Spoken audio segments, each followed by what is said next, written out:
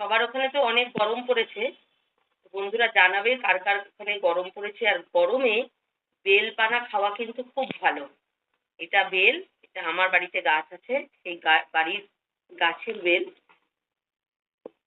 দেখো,